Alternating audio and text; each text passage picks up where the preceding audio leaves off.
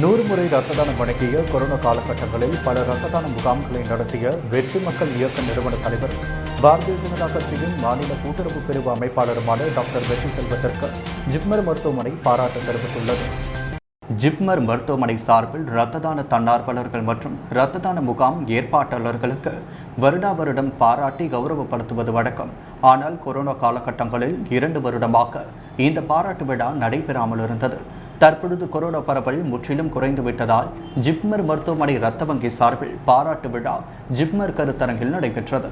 புதுவை மாநிலத்தில் 100 முறை இரத்த தானம் வழங்கிய பாரதிய ஜனதா கட்சி மாநில கூட்டுறவு பிரிவு அமைப்பாளரும் வெற்றி மக்கள் இயக்க நிறுவன தலைவருமான டாக்டர் வெற்றி செல்வம்பிற்கு ஜிப்மர் மருத்துவமனை இயக்குநர் ராகேஷ் அகர்வால் பாராட்டி சான்றிதழ்கள் பொன்னாடை அணிவித்து கேடயம் வழங்கினார்.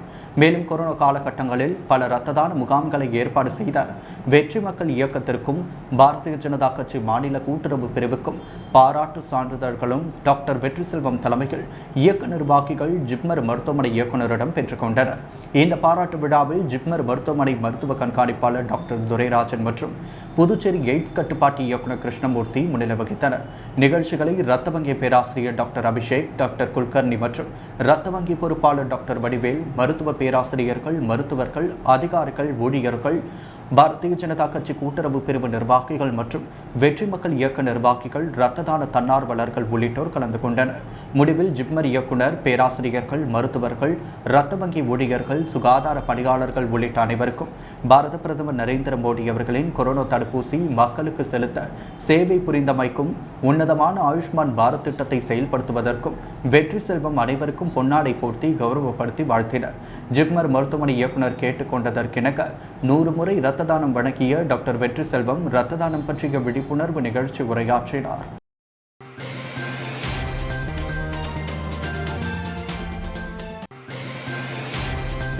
சீனியர் எஸ்பி தீபிகா தலைமையில் நடைபெற்ற மொத்த மீன் வியாபாரிகள் உடனான ஆலோசனை கூட்டத்தில் புதுச்சேரி பெரிய மார்க்கெட்டில் மீன் மொத்த வியாபாரம் செய்ய அனுமதி மறுக்கப்பட்டதை அடுத்து மீனவர்கள் கூட்டத்தை விட்டு வெளியேறினர்.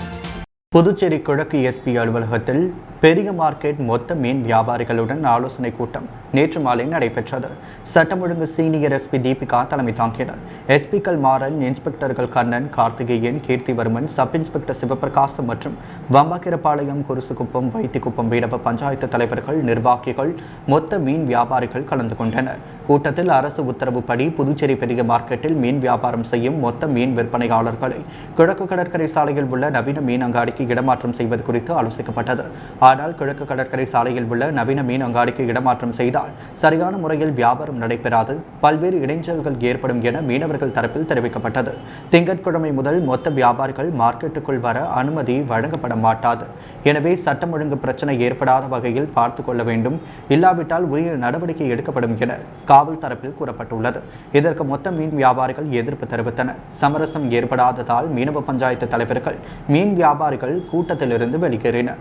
வெளியே வந்த வம்பாக்கிரபாளையம் மீனவ பஞ்சாயத்து தலைவர் தனசேகரனிடம் இது பற்றி கேட்டதற்கு பெரிய மார்க்கெட் மீன் அங்காடி மற்றும் அதன் சுற்றுப்புற பகுதியில் மொத்தம் ஏலம் விடவும் வியாபாரம் செய்யவும் அரசு தடை விதித்துள்ளது. இதனை நாங்கள் ஏற்கவில்லை. தொடர்ந்து நாங்கள் பெரிய மார்க்கெட் பகுதியிலேயே ஏலம் விடவும் வியாபாரம் செய்யவும் அனுமதி அளிக்க கோரி முதல்வர், துறை அமைச்சர் மற்றும் துறை அதிகாரிகளை நேரில் சந்தித்து முறையிட உள்ளதாகவும், யாருக்கும் பாதிப்பு இல்லாமல் எந்த இடையூறும் இன்றி பெரிய மார்க்கெட் மீன் அங்காடியிலேயே ஏலம் நடத்தவும் மொத்த வியாபாரம் செய்யவும் அனுமதிக்க வேண்டும் எனவும் கேட்டுக்கொண்டார்.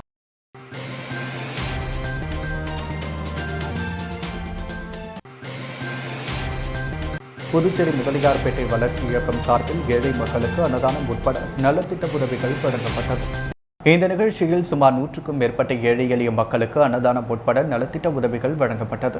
அதைத் தொடர்ந்து பிறந்தநாள் விழா காணும் முதலியார்பேட்டை வளர்ச்சி இயக்க தலைவர் கணபதிக்கு பாஜக நியமன சட்டமன்ற உறுப்பினர் அசோக் பாபு, முன்னாள் அதிமுக சட்டமன்ற உறுப்பினர் பாஸ்கர், திமுக பிரமுகர் சித்து, தொழிலதிபர் விநாயகம் உட்பட ஏராளமான அரசியல் கட்சி நிர்வாகிகள், சமூக அமைப்பை சேர்ந்த நிர்வாகிகள் கலந்து கொண்டு சால்வை அணிவித்து பூங்கொத்து கொடுத்து வாழ்த்து தெரிவித்தனர்.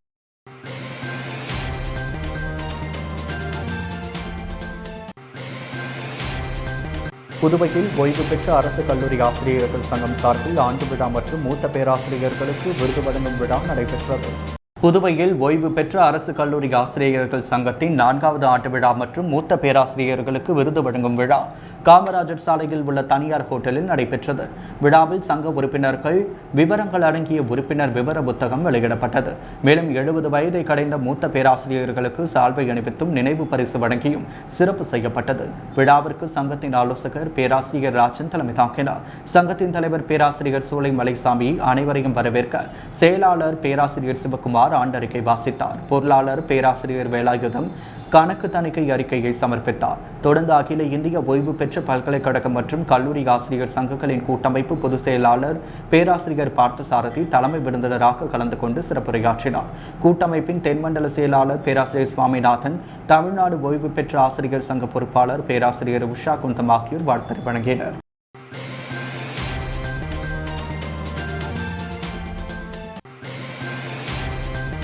புதுச்சேரி வந்த பிரான்ஸ் தூதர் ஆளுநர் மாளிகையில் துணைநிலை ஆளுநர் தமிழிசை சவுந்தரராஜனை சந்தித்து பேசினார். புதுச்சேரிக்கு வருகை புரிந்துள்ள இந்தியாவிற்கான பிரான்ஸ் தூதர் இம்மானுவேல் லெனன் தலைமையில் பிரெஞ்சு தூதரக குழுவினர் ஆளுநர் மாளிகையில் கவர்னர் தமிழிசையை சந்தித்து பேசினர். அப்பொழுது இந்தியா மற்றும் பிரான்சுக்கு இடையிலான நல்லுறவை மேலும் வலுப்படுத்தவும் பிரான்ஸ் மற்றும் புதுச்சேரிக்கு இடையிலான ஏற்றுமதியை அதிகரிக்கவும் ஆலோசிக்கப்பட்டது. இதில் ஊரக வளர்ச்சி, சுற்றுலா மேம்பாட்டு மற்றும் பாரம்பரிய பாதுகாப்பு ஆகியவற்றில் இரு நாடுகளின் ஒத்துழைப்பு குறித்தும் விவாதிக்கப்பட்டது.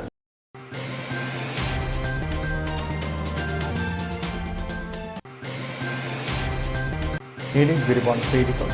உலக உடல்நல தினத்தையொட்டி நடைபெற்ற வாக்கத்தான் நடைபயிற்சி நிகழ்வினை துவக்கி வைத்த துணைநிலை ஆளுநர் தமிழிசை வருகின்ற 24ஆம் தேதி மத்திய மந்திரி அமித்ஷா புதுவை வரவுள்ளதாக தெரிவித்துள்ளார். கவர்னர் மாளிகை எதிரே நடைபயிற்சியை கவர்னர் தமிழிசை சவுந்தரராஜன் கொடியசைத்து துவக்கி வைத்தார். நிகழ்ச்சியில் இந்திய தொழில் கூட்டமைப்பின் நிர்வாகிகள், தன்னார்வலர்கள் பங்கேற்றனர். அவர்களிடையே கவர்னர் தமிழிசை பேசும் பொழுது உலக உடல் மனநலம் பேண வேண்டுமென உலக உடல்நல நாள் கொண்டாடப்படுகிறது. மக்களுக்கு உடல்நலம் பற்றிய விழிப்புணர்வு தேவை. உடல்நலம் என்ற அஸ்திவாரத்தின் மீதுதான் சாதனை என்ற கட்டிடத்தை எழுப்ப முடியும். அனைவருமே காலையில் எழுந்தவுடன் உடல்நலத்தை காண யோகா செய்ய வேண்டும். பிரதமர் உடல்நல நாளில் இருந்து 75 நாட்கள் யோகா செய்து ஜூன் 23 யோகா தின விழாவை கொண்டாட வேண்டும் என கேட்டுக்கொண்டுள்ளார். யோகா உடல் நலம், மனம் நலத்தை பேணும். மனம் ஒரு குரங்கு, அதை கட்டுப்படுத்துவது கடினமான காரியம். மனக்கட்டுப்பாடு எந்த துறையை சார்ந்தவர்களாக இருந்தாலும் முக்கியம். நாம் இன்று சாப்பிடுவதில் கவனம் செலுத்த வேண்டும். சிறுதானியங்களில் எல்லா விதமான ஊட்டச்சத்துக்களும் உள்ளது. மத்திய சிறுதானிய ஆண்டு கொண்டாட உள்ளது. உடல் பயிற்சி போல உணவு பயிற்சியும் முக்கியம். கரன்சியை எண்ணுவதை போல் கலோரியை எண்ணி சாப்பிட வேண்டும்.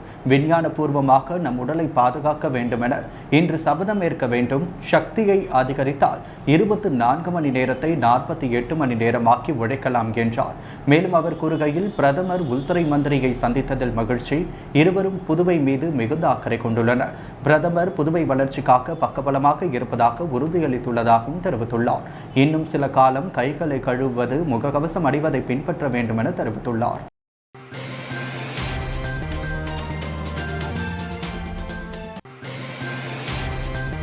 நடிகர் விஜய் நடிப்பில் உருவாக்கியுள்ள பீஸ்ட் திரைப்படம் வரும் வாரம் வெளியாக உள்ள நிலையில் புதுச்சேரி திரையரங்குகளில் கட்டணம் ரூபாய் 100 வரை உயர்த்தப்பட்டுள்ளதாக வந்த வதந்தியாக தகவலுக்கு திரையரங்குகளில் கட்டணத்தை உயர்த்த அனுமதி தரவில்லை என்று அரசு சார்பில் கூறப்பட்டுள்ளது. இயக்குனர் நெல்சன் இயக்கத்தில் நடிகர் விஜய் நடிப்பில் உருவாக்கியுள்ள படம் பீஸ்ட் வரும் 13ஆம் தேதி வெளியாக உள்ள நிலையில் புதுவையில் திரையரங்குகளில் வரும் 13 முதல் 17ஆம் தேதி வரை 4 நாட்களுக்கு மட்டும் புதுச்சேரி அரசு உத்தரவுப்படி காட்சிகளுக்கான கட்டணம் உயர்த்தப்படுவதாக போர்டுகள் தயாரித்துள்ளன. அதில் 3ஆம் வகுப்பு கட்டணம் 50 ரூபாயிலிருந்து 150, 2ஆம் வகுப்பு கட்டணம் 75 175, முதல் வகுப்பு கட்டணம் 100 200 ரூபாயும், பால்கனி 150 ரூபாயிலிருந்து 250 ரூபாயும், பாக்ஸ் ரூபாய் 160 260 ரூபாயும் என்று உயர்த்தப்படுவதாக எழுதப்பட்டிருந்தது. விலை உயர்வு குறித்து பொதுமக்கள் கூறும் பொழுது, இதுவரை இதுபோல் நடந்ததில்லை. மக்களை ஏமாற்றும் செயல். எத்திரைப்படம் வந்தாலும் சரியான கட்டணமே வாங்க வேண்டும். பெரிய நடிகரின் படம் என்றால் 100 ரூபாய் வரை அனைத்து வகுப்புகளுக்கும் உயர்த்த அரசு அனுமதி அளித்துள்ளது தவறான போக்கு என குற்றம் சாட்டினர். கட்டண உயர்வு குறித்து ஆட்சியர் அலுவலக தரப்பில் விசாரித்த பொழுது, புதுவையில் திரையரங்குகளில் கட்டணத்தை உயர்த்த அரசு அனுமதி தரவில்லை என்று குறிப்பிட்டனர். ஆனால் திரையரங்கு வட்டாரங்களோ பீஸ்ட் திரைப்படத்திற்கு கட்டணம் 4 நாட்களுக்கு அனைத்து வகுப்புகளிலும் ₹100 உயர்த்தப்பட உள்ளது. அதற்காக போர்டுகள் தயாரிக்கப்பட்டுள்ளது. மக்கள் பார்வைக்காக இதுவரை வைக்கவில்லை. ஆனால் யாரோ அப்படங்களை எடுத்து சமூக வலைதளத்தில் வெளியிட்டு விட்டனர் என கூறியுள்ளனர்.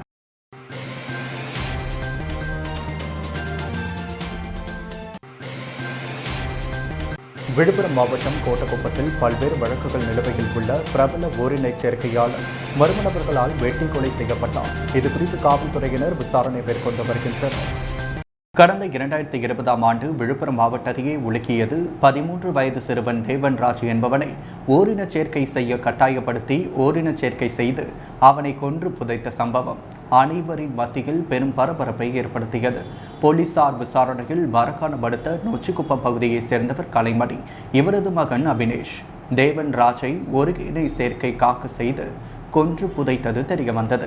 மேலும் விசாரணையில் அதே பகுதியைச் சேர்ந்த ரினேஷ் வயது 12 அச்சிறுவனையும் ஓரினச் சேர்க்கை செய்து கொலை செய்து புதைத்தது விசாரணையில் தெரிய வந்தது. இதையடுத்து அவரை கைது செய்து சிறையில் அடைத்தனர். மேலும் சிறையிலிருந்து வந்த அபினேஷ் வெளியே வந்து கோட்டுக்குப்பம் பகுதியில் தனது உறவினர் வீட்டில் தங்கியிருந்துள்ளார்.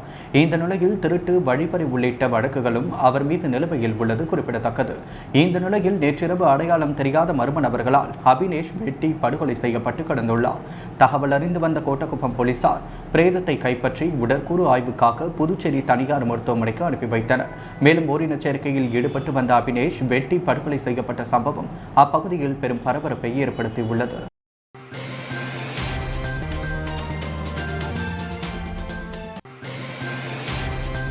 திருபுவனை பகுதியில் உள்ள தனியார் தொழிற்சாலைக்கு எதிரே அமைந்துள்ள பெட்டி கடையில் ₹50,000 மதிப்புள்ள போதைப் பொருட்களை திருபுவனை காவல்துறையினர் அதிரடியாக பறிமுதல் செய்தனர். தடை செய்யப்பட்ட குட்கா, ஹான்ஸ், கூலிப் உள்ளிட்ட 50,000 மதிப்புள்ள 30 கிலோ எடையுள்ள பொருட்கள் திருபுவனை காவல் நிலைய சரகத்திற்கு உட்பட்ட தனியார் தொழிற்சாலை எதிரே அமைந்துள்ள பெட்டி கடையில் இருப்பதாக போலீசாருக்கு ரகசிய தகவல் கிடைத்தது. கிடைத்த தகவலின் அடிப்படையில் ஆய்வாளர் ராஜ்குமார் மற்றும் குமாரவேறு உள்ளிட்ட காவலர்கள் சம்பவ இடத்திற்கு விரைந்து சென்று சம்பந்தப்பட்ட பெட்டி கடையில் குட்கா மற்றும் தடை செய்யப்பட்ட பொருட்களை போலீசாரின் நபர்களை கொண்டு வாங்க முற்பட்டனர். அதன் அடிப்படையில் பொருட்கள் வீட்டினுள் பதுக்கி வைக்கப்பட்டிருந்தது. ஆகையால் வீட்டிற்கு சென்று எடுத்து வருவதாக கடைக்காரர்கள் கூறிவிட்டு செல்கின்றனர். அதன் அடிப்படையில் உடனடியாக காவலர்கள் அவர்களை பின்தொடர்ந்து அங்குள்ள போதைப் பொருட்களை கையும் களவுமாக பிடிக்கின்றனர். இதில் பிடிப்பட்ட நபர் தனக்கு வாக்குமூலத்தில் எனக்கு தேவையான பொருட்கள் பற்றிய விவரத்தை நேரில் வரும் நபர்களிடம் தெரிவிப்பதாகவும் அவர்கள் மூலம் பொருட்கள் வந்தடையும், வரும் பொருட்களுக்கு தொலைபேசியிலோ அல்லது வேறு எவ்வழியிலும் தகவல் தெரிவிக்கப்பட மாட்டாது, நேரடியாக கடைக்கு வந்த பணத்தை பெற்றுக்கொண்டு பொருள் எடுக்கும் இருக்கும் இடத்தை தெரிவித்துவிட்டு சென்று விடுகின்றனர். பிறகு சம்பந்தப்பட்ட இடத்திற்கு சென்று பொருளை எடுத்து வந்து பயன்படுத்துவார்கள் என பிடிபட்ட நபர் தெரிவித்துக் கொண்டார். மேலும் இதனை அதிகமாக பள்ளிகள், கல்லூரிகள், தனியார் தொழிற்சாலைகள் மற்றும் வெளிமாநிலத்தவர்கள் தங்கியுள்ள பகுதிகளை தேர்வு செய்து இதனை விற்பனை செய்து வருவது குறிப்பிடத்தக்கது.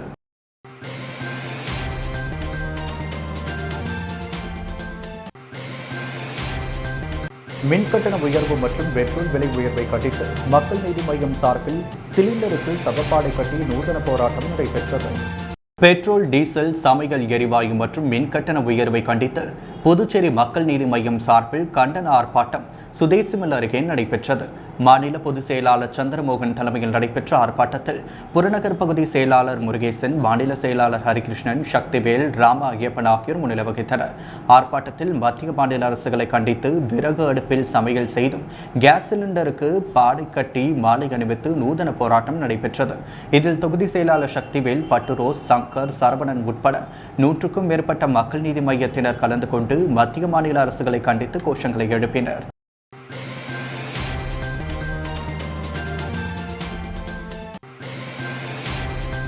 புதுச்சேரி காவல்துறையை கண்டித்து கிராமப்புற மக்கள் இயக்கம் சார்பில் ஜென்மராகனி ஆலயம் அருகே ஆர்ப்பாட்டம் நடைபெற்றது. புதுவை கிராமப்புற மக்கள் இயக்கம், தமிழ் அமைப்புகள், மனித உரிமை அமைப்புகள், சமூக நல இயக்கங்கள் மற்றும் அரசியல் கட்சிகள் சார்பில் காவல்துறையின் அடக்குமுறை, மனித உரிமை மீறலை கண்டித்து ஜென்மராகனி ஆலயம் அருகே ஆர்ப்பாட்டம் நடைபெற்றது.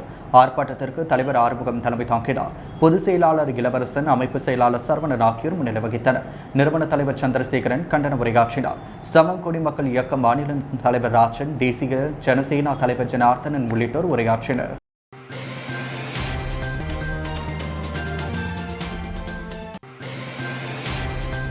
கோட்டக்குப்பத்தில் பெட்ரோல் டீசல் விலையை கண்டித்து மக்கள் நீதி மய்யம் சார்பில் கண்டன ஆர்ப்பாட்டம் நடைபெற்றது.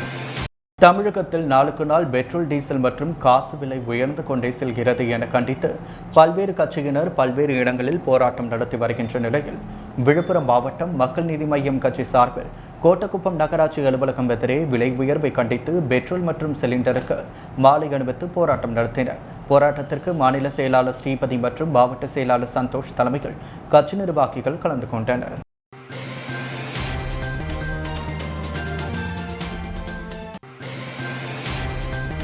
புதுவையில் அம்மா அறக்கட்டளை சார்பில் நடைபெற்ற இலவச கண் மருத்துவ முகாமை அதிமுக கிழக்கு மாநில செயலாளர் அன்பழகன் துவக்கி வைத்தார்.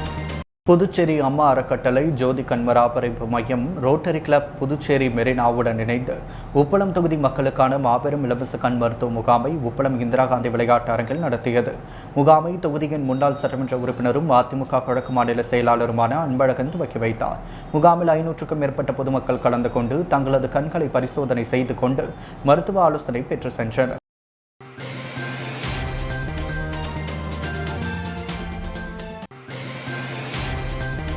உழவர்கரை நகராட்சி மற்றும் நவயுகா கன்சல்டன்சி சார்பில் ஏழை மாணவர்களுக்கான மேற்படிப்பு மற்றும் வேலைவாய்ப்பு பற்றிய பயிற்சி பட்டறை நடைபெற்றது.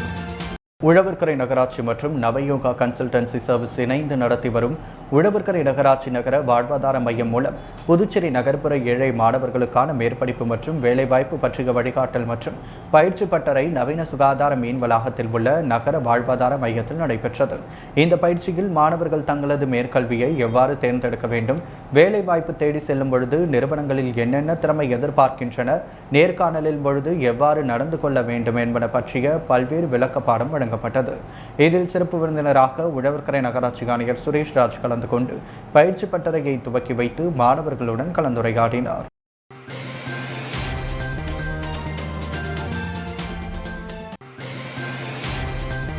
ஏனாமில் ஏழை எளிய மக்களுக்கு ₹1 உணவு வழங்கும் திட்டத்தினை புதுச்சேரி அரசின் டெல்லி சிறப்பு பிரதிநிதி மல்லாடி கிருஷ்ணராவ் வழங்கி துவக்கி வைத்தார். ஏனாம் முதியோர் இல்ல நிறுவன தலைவரும் புதுச்சேரி அரசின் டெல்லி சிறப்பு பிரதிநிதியுமான மல்லாடி கிருஷ்ணராவ் ஏழை எளிய மக்களுக்கு ₹1 உணவு திட்டத்தை துவக்கி வைத்தார். இந்த ₹1க்கு 2 சாதம், சாம்பார், தயிர் என்று வழங்கப்படுகிறது. இந்த சேவை ஏனாமில் உள்ள பல்வேறு விதிகளுக்கும் சென்று நேரடியாக ஏழை எளிய மக்களுக்கு வழங்கப்பட்டு வருகிறது. இந்த சேவை கொரோனா காலகட்டத்தில் கொரோனாவால் பாதிக்கப்பட்டவர்களுக்கு அவரது குடும்பத்தினருக்கு வழங்கப்பட்டது என்பது குறிப்பிடத்தக்கது.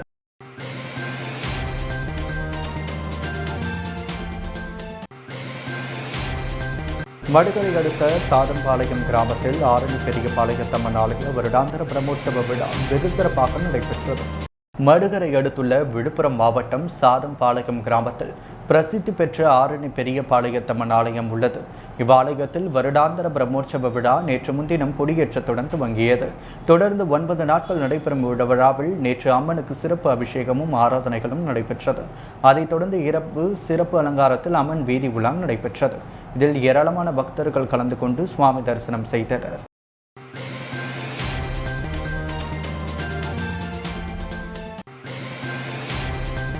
புதுவை சட்டப்பேரவையில் செய்தியாளர்களை சந்தித்த சபாநாயகர் ஏம்பலம் செல்வம் சட்டசபை செயலகத்திற்கு நிதி அதிகாரத்தை மத்திய உள்துறை அமைச்சகம் வழங்கியுள்ளதாக தெரிவித்துள்ளார்.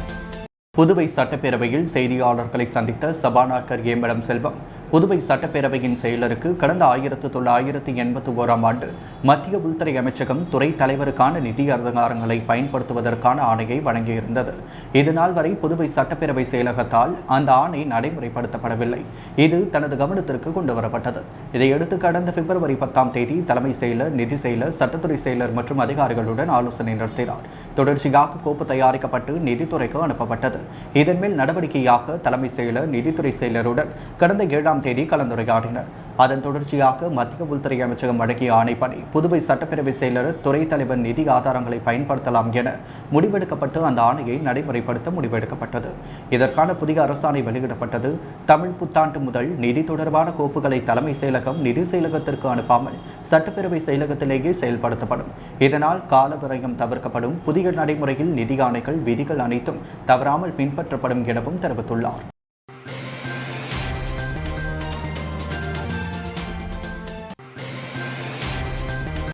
செய்திகள் தொடர்கின்றது. புதுவையில் பிரெஞ்சு குடியுரிமை பெற்றவர்களின் வீடு, நிலம் திட்டமிட்டு போலி பத்திரம் தயாரித்து அபகரிக்கப்பட்டு வருவதாக முன்னாள் முதலமைச்சர் நாராயணசாமி குற்றம் சாட்டியுள்ளார். புதுவை எல்லையம்மன் கோவில் வீதியில் செய்தியாளர்களை சந்தித்த முன்னாள் முதலமைச்சர் நாராயணசாமி, புதுவையில் நிலம், வீடு அபகரிப்பு, கஞ்சா, போதைப் பொருட்கள் கடத்தல், விற்பனை, ஆள் கடத்தல், குண்டுவெடிப்பு, திருட்டு, கொள்ளை, கொலை சர்வசாதாரணமாக நாள்தோறும் நடைபெற்று வருகிறது. பிரெஞ்சு குடியுரிமை பெற்றவர்களின் வீடு, நிலம் திட்டமிட்டு போலி பத்திரம் தயாரித்து அபகரிக்கப்பட்டு வருகிறது. இதற்கு பத்திரப்பதிவுத்துறை துணையாக உள்ளது. எல்லையம்மன் கோவில் வீதியில் உள்ள பிரெஞ்சு குடியுரிமை பெற்றவருக்கு சொந்தமான இடம் போலி பத்திரம் தயாரிக்கப்பட்டு பதிவு செய்யப்பட்டுள்ளது. இது தொடர்பான புகாரை விசாரிக்க வேண்டாம் என முதலமைச்சரின் அலுவலகத்திலிருந்து வாய்மொழி உத்தரவு பிறப்பிக்கப்பட்டுள்ளது. ஏற்கனவே பத்திரப்பதிவு செய்ய மாட்டேன் என கூறிய சார்பதிவாளர் மர்மமான முறையில் கொலை செய்யப்பட்டு நீட்டுள்ளார். முதலமைச்சர், அமைச்சர்கள் உத்தரவின் பேரில்தான் நில அபகரிப்புகள் நடைபெறுகிறது. பத்திரப்பதிவு அலுவலகங்கள் கொள்ளை அலுவலகங்களாக மாறி வருகிறது. இதன் மீது பாரபட்சமற்ற விசாரணை நடத்த வேண்டும். சிபிசிஐயிடம் இந்த வழக்கு விசாரணையை ஒப்படைக்க வேண்டும். புதுவையில் தமிழ் முதன்மை மொழியாகும். பிராந்தியங்களில் மலையாளம், தெலுங்கு, பிரெஞ்சு ஆகிய மொழிகள் உள்ளது. எனவே புதுவை மக்கள் இந்தி திணிப்பை ஏற்க மாட்டார்கள். எனவே அமித்ஷா தனது பேச்சை திரும்ப பெற வேண்டும் எனவும், மருத்துவக் கல்வியில் தமிழக அரசு பள்ளி மாணவர்களுக்கு 7.5% இடஒதுக்கீடு வழங்கியது செல்லும் என ஐகோர்ட் தீர்ப்பளித்துள்ளது. புதுவையில் தான் முதலமைச்சராக இருந்தபொழுது மருத்துவக் கல்லூரியில் அரசு பள்ளி மாணவர்களுக்கு 10% ஒதுக்கீடு வழங்க தீர்மானம் நிறைவேற்றி கவர்னருக்கு அனுப்பினேன். அவர் மத்திய அரசுக்கு அனுப்பி வைத்தார். இதை மத்திய அரசு நிராகரித்துள்ளது. இதன் மூலம் மத்திய பாரதிய ஜனதா அரசு கிராமப்புற ஏழை எளிய மாணவர்களுக்கு விரோதமாக உள்ளது. மருத்துவ கல்வி சேர்க்கைக்கு கால அவகாசம் உள்ளது. தற்பொழுதைய இணக்கமான கவர்னர் மூலம் இதற்கான ஒப்புதலை மத்திய அரசிடமிருந்து ரங்கசாமி பெற வேண்டும் எனவும் கேட்டுக்கொண்டார். அரசு இந்த முடிவை கைவிட வேண்டும் எனவும், கட்டண உயர்வை திரும்ப பெற வேண்டும் எனவும் தெரிவித்துள்ளார்.